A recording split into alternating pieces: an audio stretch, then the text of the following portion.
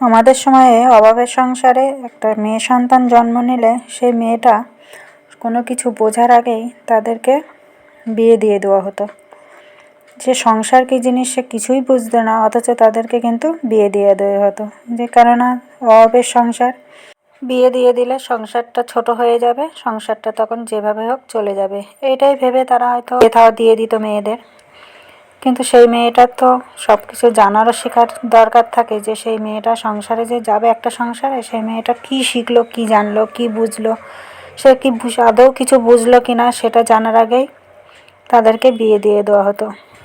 মেয়েদেরকে এটাই শেখানো হতো যে সেই মেয়েটা শ্বশুরবাড়িতে গিয়ে যেন কোনো রকম কিছু না বলে, কোনো রকম কিছু না করে, মুখ বুজে তারা যেটা বলবে সেটাই শুনে যেতে হবে। তাদের সংসারের সমস্ত কাজকর্ম তাকে করতে হবে, তাদেরকে সবাইকে সেবা করতে হবে।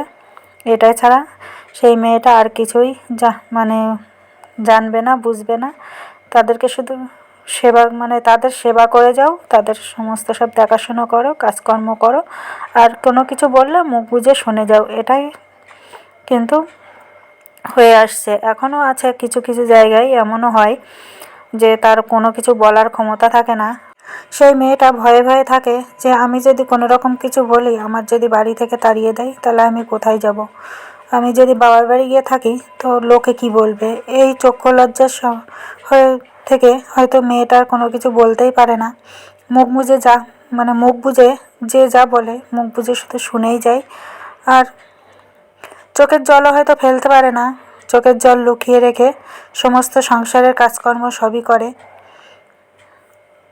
আর তারা যদি ঠিকমতো মনে করে যে না খেতে দেবে তো খাবে, আর যদি মনে করে যে না না খেয়ে থাকলেও কোনো ব্যাপার নেই, না খেয়ে থাকবে, তো কেউ কোনো দিন খোঁজও নেবে না যে সেই মেয়েটা কোনো কিছু ঠিকঠাকভাবে খেলো কি না, সেটা কিন্তু দেখার কেউ প্রয়োজনও মনে করে না। এমনও সংসার আছে। তো চলো, আজকে অনেক কিছু বকবক করে ফেললাম। তো শুভ সকাল বন্ধুরা, চলে এলাম সকাল সকাল একটা নতুন ভিডিও নিয়ে তোমাদের সোমা বেঙ্গলি লাইফস্টাইলের। আমি সোমা, নদীয়া জেলার ছোট্ট শহর থেকে বড়দের প্রণাম ও ছোটদের ভালোবাসা নিয়ে আমি আমার ভিডিওটা এখান থেকেই শুরু করছি। তো তোমরা যে যেখান থেকে আমার ভিডিওটা দেখছো, আশা করি সবাই ভালো আছো, আমরাও ভালো আছি। তো সংসারের কাজকর্ম তো করতেই হবে, ঘুম থেকে উঠেই লেগে পড়েছি সংসারের কাজে। তো চলো, কাজকর্ম সেরে রান্নাবান্নাও করব। তো দেখতে থাকো ভিডিওটা, আশা করি তোমাদের সবার ভালো লাগবে।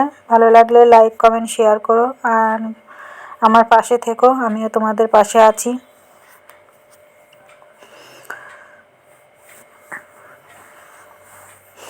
তো দেখো, বাসন কোসন নিয়ে বাথরুমে চলে এলাম। তো আমার তো বাসন মাজার জায়গা এটাই, তো এখানেই সব কিছু করি। আমার বাসন মাজা বলো, জামা কাপড় কাচা বলো, স্নান বলো, সবই এখানেই করা হয়।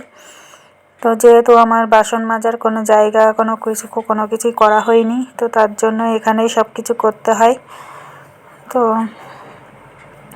একটু অসুবিধা হয় বাথরুমে যাওয়ার, বাসন কোসন মাজতে একটু অসুবিধাই হয়।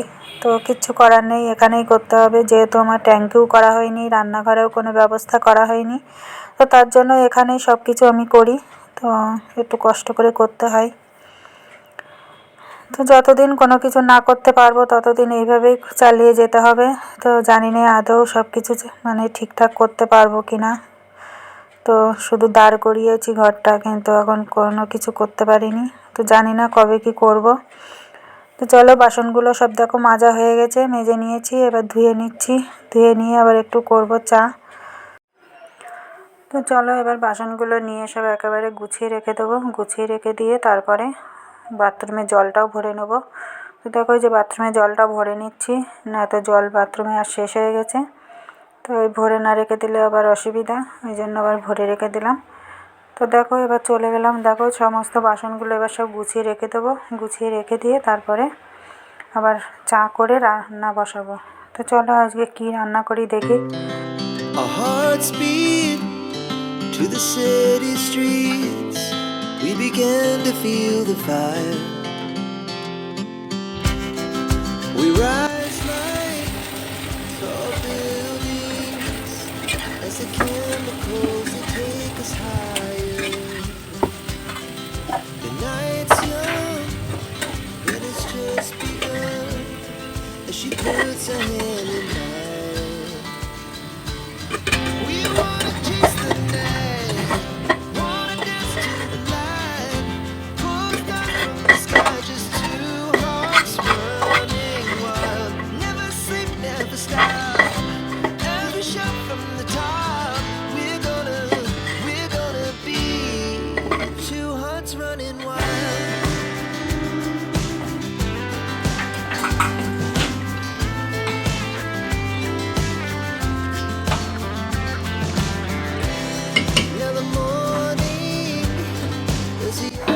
তো দেখো এখানে আমটাও সিদ্ধ করে রেখেছি আমের শরবত বানানোর জন্য। তো এটা ঠান্ডা হোক। তো পিয়া বাড়ি নেই, পিয়া ও বাড়িতে আসলে ওদিকে ঠান্ডা জল করতে দেওয়া আছে। তো দেখো তারপরে চান করে চলে এসেছি পুজো দিতে। তো পুজো দিয়ে আমার হয়ে গেছে।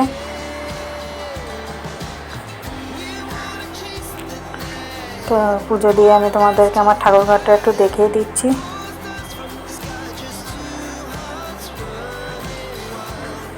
তো আমার ঠাকুর ঘরটা তোমাদেরকে কেমন লাগে অবশ্যই কিন্তু কমেন্ট করে বলো। আর দেখো তারপরে যে পিয়া বাড়ি চলে এসেছে, তো ওর জন্য ভাতটা বেড়ে দিচ্ছি। ওর ভাতটা দিয়ে দিই, খেয়ে নিক। আর বললো যে মা আগে ভাতটা খেয়ে নিই, তারপর শরবতটা পরে খাবো। তো এখন যদি শরবতটা খায় না তো একটুও ভাত খেতে পারবে না। তো ভাতটা দিয়ে এসে তারপরে আমি এদিকে শরবতটাও রেডি করব। তো চলো ভাতটা দিয়ে আসি আগে।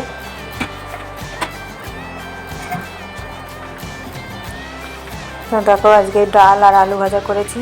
তো এটা দিয়েই আজকে খাওয়া দাওয়া হবে।